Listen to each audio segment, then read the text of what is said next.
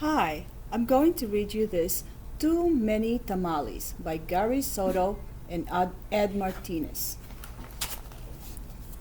Too Many Tamales. This is about Maria, the little girl who was play, doing some dough, the masa, and it's a Mexican food in a corn husk. And when mom is not looking, Maria took her mom's ring and she lost it. So let's find out how she solved her problem. All right. Snow drifted through the street, and now that it was dusk, Christmas trees glittered in the windows. Maria moved her nose off the glass and came back to the counter. She was acting grown up now, helping her mother make tamales. Their hands were sticky with masa. That's very good, her mother said. Masa is like a dough. It was made of corn. Maria happily kneaded the masa. She felt grown up wearing her mother's apron.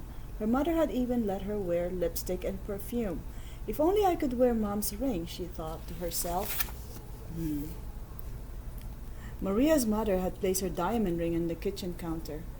Maria loved that ring. She loved how it sparkled like their Christmas tree lights.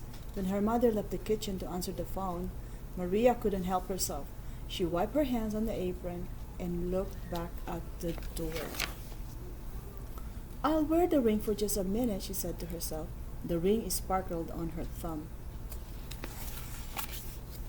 Maria returned to kneading the masa, her hands pumping up and down. On her thumb, the ring disappeared. Then reappeared in the sticky glob of dough. Her mother returned and took the bowl from her. Go get your father for this part, she said.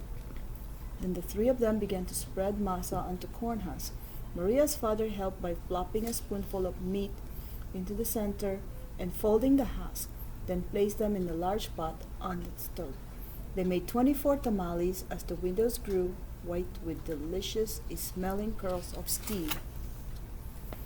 A few hours later, the family came over with armfuls of bright presents.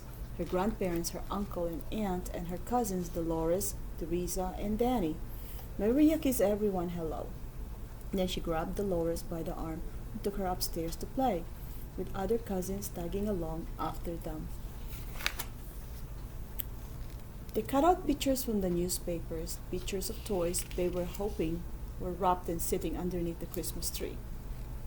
Don't you wish some of your toys, too, will go under the Christmas tree? As Maria was snipping at a picture of pearl necklace, a shock spread through her body. The ring! She screamed. Everyone stared at her. What ring? Dolores asked. Without answering, Maria ran to the kitchen. The steaming tamales lay piled on a platter. The ring is inside in one of the tamales, she thought to herself. It must have come off when I was kneading the masa. Dolores, Teresa, and Danny skidded into the kitchen behind her. Help me, she said. They looked at each other. Danny piped up first. What do you want us to do? Eat them, she said. If you bite something hard, tell me. See what happens. The four of them started eating. They ripped off the husk and bit into them. The first one was good, the second one pretty good, but by the third tamale, they were tired of the taste. Keep eating, Maria scolded. Corn husks littered the floor. Their stomachs were stretched till they hurt, but the cousins kept eating until only one tamale remained on the plate. This must be it, she said. The ring must be in that one. We'll each take a bite. You first, Danny. Danny was the youngest, so he didn't argue. He took a bite. Nothing. Dolores took a bite. Nothing. Teresa took a big bite still. Nothing. It was Maria's turn. She took a deep breath, slowly, gently bit into the last mouthful of tamale. Nothing. Didn't any of you bite something hard? Maria asked. Danny frowned. I think I swallowed something hard, he said. I swallowed it. Swallowed it, Maria cried, her eyes big with worry. She looked inside his mouth. Teresa said, I didn't bite into anything hard, but I think I'm sick. She held her stomach with both hands. Maria didn't dare look into Teresa's mouth.